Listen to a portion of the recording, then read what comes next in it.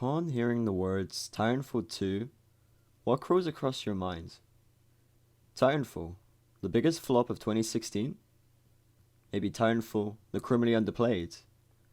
Maybe even something deeply personal? Oddly, despite the glamorous praises, Titanfall dodged the limelight around release.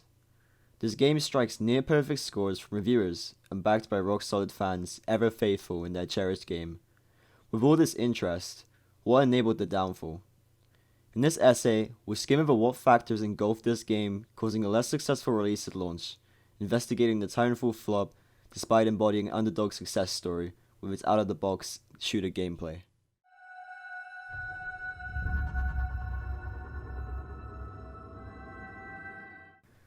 Let's shoot back to late 2016.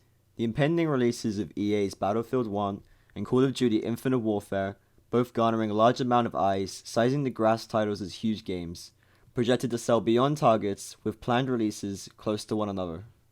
However, among these two titles also lives Titanfall 2, the game barely as renowned as its larger counterparts, forcing the charge on Christmas lists.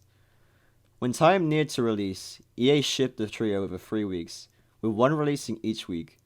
Battlefield 1 on the 21st of October, Titanfall 2 skidding along on the 28th, and COD releasing last on November 4th. To slide a quick insight to the fans' outlooks, I called on 60 people to inquire if a game attained less, more, or enough regard of release. Results pointed to Titanfall securing the least interest, with 61.7% saying Titanfall earned less regard. On the other hand, Battlefield invited in 3.3% for less, with its bulk on enough and more, both at 36.7%. Finally, COD obtained 6.7% for less, with a bulk of more with 43.3%.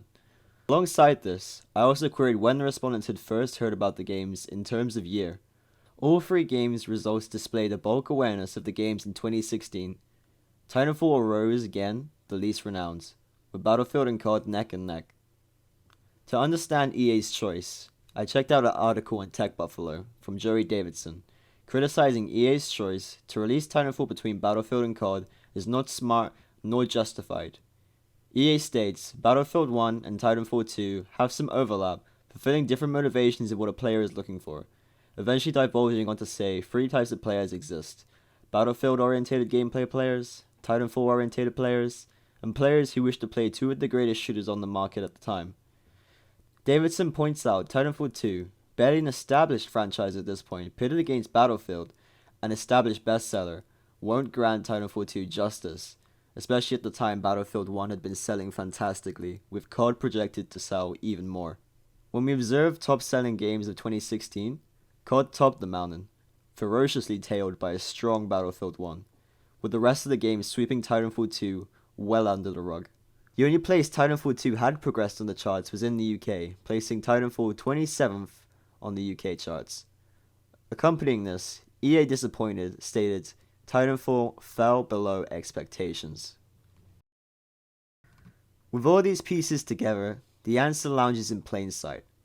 Titanfall 2 suffered a huge undershipment as a result of EA's poor choice of release. Consequently, the game invited less interest, constructing a minuscule impact on bestseller charts, and for better or for worse, the course weaved off from shooters bolting in a new focus of movement-based mechanics, more often dubbed in reviews as a revolutionary step for shooters.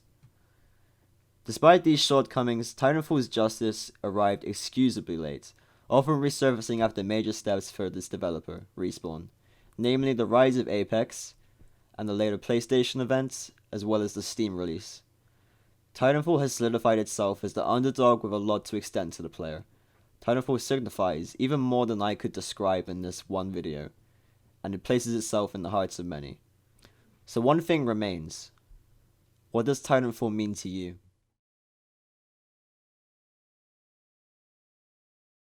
Thank you for watching. I hope this video provides some insight into what happened with Titanfall.